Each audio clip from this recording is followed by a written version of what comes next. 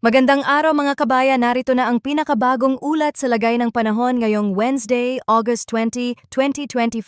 Patuloy nating minomonitor ang isang low pressure area sa silangan na unti-unti nang lumalapit sa ating bansa at nagbabantang maglandfall sa bahagi ng Northern Luzon sa mga darating na araw. Bukod dito, patuloy ding nakakaapekto ang Intertropical Convergence Zone o ITCZ at ang easterlies sa ilang bahagi ng Luzon at Visayas. Ang kombinasyon ng mga sistemang ito ang siyang dahilan ng mga pag-ulan at thunderstorms na maaaring maranasan ngayong araw. Kaya kung nais mong laging updated sa lagay ng panahon, huwag kalimutang mag-subscribe dito sa channel. Para sa lagay ng panahon ngayon, sa lalawigan ng Palawan, asahan ang maulap na kalangitan na may mga pag-ulan at thunderstorms dulot ng ITCZ. Posibleng magdulot ito ng biglaang pagbaha at landslide, lalo na kung tuloy-tuloy o malakas ang pagbuhos ng ulan. Sa mga lalawigan naman ng Catanduanes, Albay, Sorsogon, Northern Samar at Eastern Samar, asahan din ang maulap na kalangitan na may mga pag-ulan at thunderstorms na dulot naman ng easterlies. Katulad sa Palawan, may banta rin dito ng flash floods at landslide dahil sa katamtaman hanggang malalakas na buhos ng ulan. Sa Mindanao, bagamat bahagyang maulap hanggang maulap ang kalangitan, maaari pa ring umulan o magkaroon ng thunderstorms dahil din sa epekto ng ITCZ. Kapag lumakas ang mga thunderstorms, may panganib na magdulot ito ng biglaang pagbaha at pagguho ng lupa.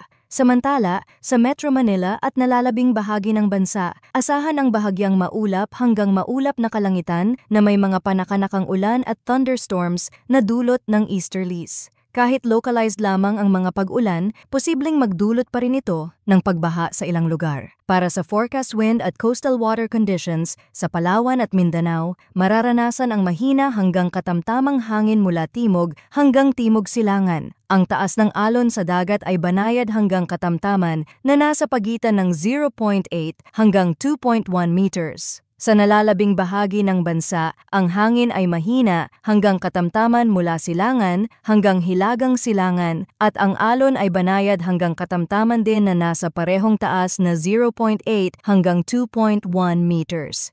Bukod dito, binabantayan natin ang isang low-pressure area na huling nakita sa layong 1,180 kilometers sa silangan ng Eastern Visayas. Inaasahang papasok ito sa Philippine Area of Responsibility sa mga susunod na oras. Batay naman sa mga international weather models, may dalawang posibleng senaryo ang nakikita. Ayon sa GFS model, kung sakaling maging tropical depression ito, mananatiling mahina lamang ang bagyo. Tutungo ito sa Northern Luzon at posibleng lumakas pagdating sa West Philippine Sea. Samantala, ayon naman sa European model, ipinapakita na mananatili itong low pressure lamang hanggang sa pagtawid nito sa bansa. Katulad ng unang model, nakikita ring sa West Philippine Sea pa ito posibleng lumakas habang papalayo mula sa ating teritoryo. Subalit gaya ng nakasanayan, marami pang pwedeng magbago sa kilos at direksyon ng sama ng panahon na ito. Kaya't mahalaga ang patuloy na pagsubaybay sa mga susunod na ulat ng panahon mula dito sa ating channel.